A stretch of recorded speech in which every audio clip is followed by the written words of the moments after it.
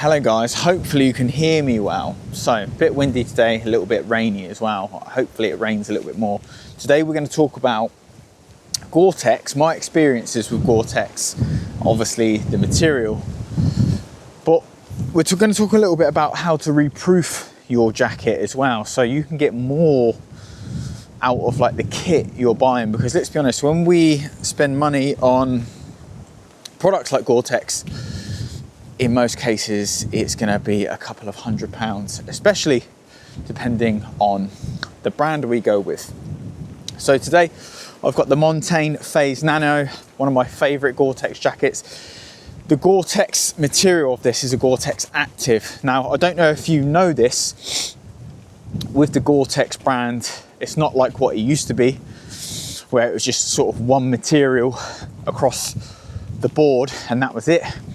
Obviously now you have different sports, so different needs. Like this jacket wouldn't be that good if I was a rock climber or someone that's in very, very low temperatures. I would need a thicker type of Gore-tex, which is much more like the old school sort of stuff. The stuff you sort of get issued in the military, but also the stuff that was always in the shops. So, first time I ever used Gore-tex was in the military. We got given our issued DPM jacket, I think it was. That was the camo pattern, the classic old English style of green and browns and a bit of black. And that's when I knew actually this is a really good bit of kit. Then, because I knew it was a good bit of kit, I actually ended up buying my own jacket and I bought a Berghaus Gore-tex jacket, which was brilliant. It was a Berghaus, don't know if they still do the range, Extreme or something like that.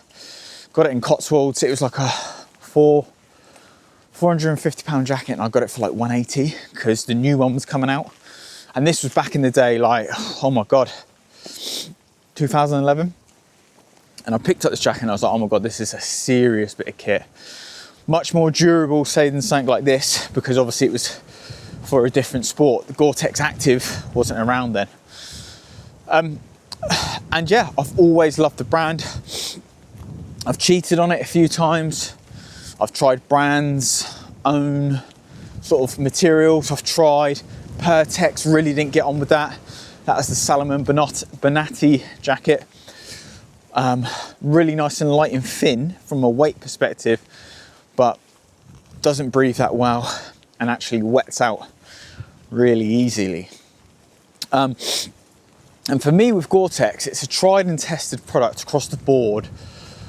It's just mega reliable, but also, and something I've recently realised, is you can have the jacket, it can get dirty or whatever, but once you reproof it, it's basically brand new. Like, I've just put my jacket through the wash with the Nix Wax thingy, and this feels brand new again. Hopefully it rains a little bit more because I want to see, obviously, the beading, which I have tested at home, but if it doesn't rain, I'll do it again. And yeah, it's an absolute tried and tested product for me. Like when I'm seeing these brands come out with their expensive jackets and I feel like they're just expensive to take the piss and they're not Gore-tex, I'm not buying it. If I'm brutally honest with you, I'm just not going to buy that, because for me, I've been wearing this material for like over 15 years now and it's never let me down. But the key thing is it's never let me down because I've always looked after it. Now, back in the day, you used to get the Nix Wax spray. So you'd give your jacket a nice wipe down and then you spray that stuff. That stuff still is good stuff. But obviously, as we've evolved, they've now made something to go in your washing machine, which is far better, by the way. And there's two types. There's like the normal one and then there's like the Tech Wash, I think it's called. I'll put them up here, by the way. So yeah, and I'm a big fan of buy nice or buy twice, because, so I'm just out with the dogs, let's have a look, see what these bozos are up to.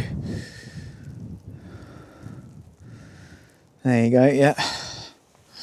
And I've definitely trialed that with myself, like, and at the moment we're sort of seeing these brands sell out to the cheaper stuff. You look at, say, some of Arc'teryx's gear, Salomon's gear, right?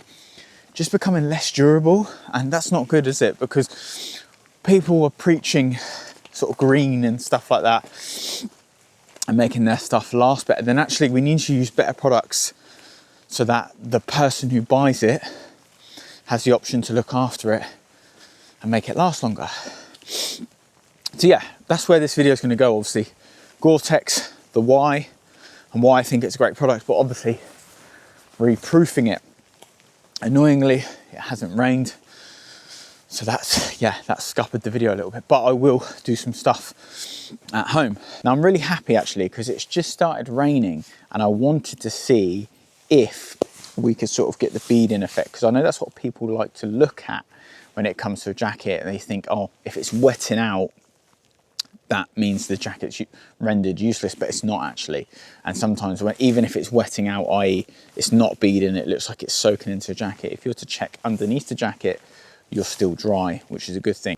So if it feels like it's wetting out, i.e. it feels like the water's getting through, that's usually your cue to reproof your jacket. It needs a good clean, essentially. These jackets are built to last. Like I've said before, they're really built to last, but you've got to put the time into it. You've got to look after it. Now, the way I used to do it is I used to get a sponge, wipe it down, spray the nick wax on it, let it soak in, jobs are good in. Nowadays, we're really fortunate that times have moved on that now you can put it in the wash. You can, just put it in the washing machine, put this detergent in, and your jacket comes out, jobs are good in. Which is really good to see. This, it's evolution of the product.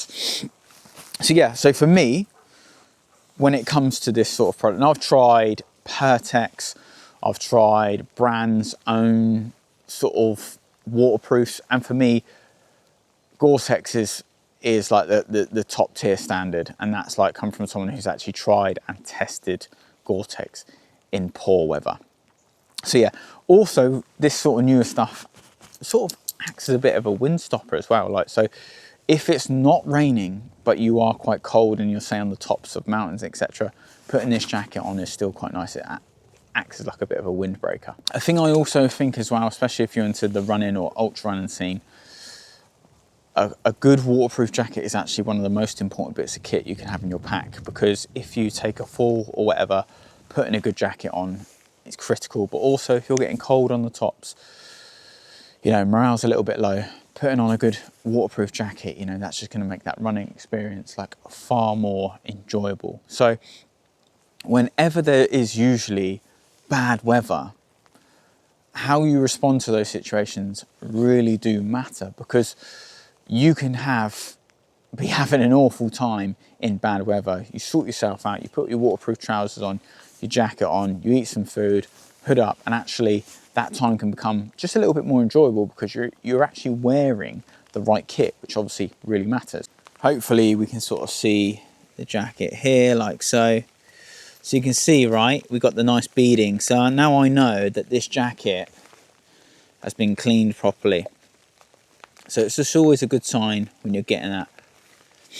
Over time, obviously that will sink into the jacket, but that's okay, I'm not too fussed about that. Obviously there's the nice little logo, but yeah, as you can see here,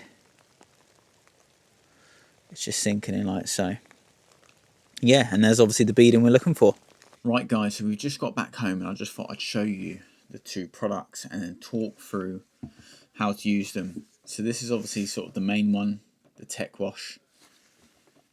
2 lid falls in where you usually put your washing detergent in the washing machine. Wash your jackets, and then if you want to give it bolster it just a little bit more, you can use this stuff.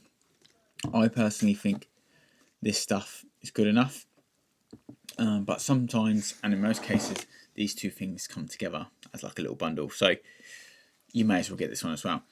Some people do then use, perfect, something like, not like this, but this sort of similar style of like a spray bottle, then wipe it in and then dry it off.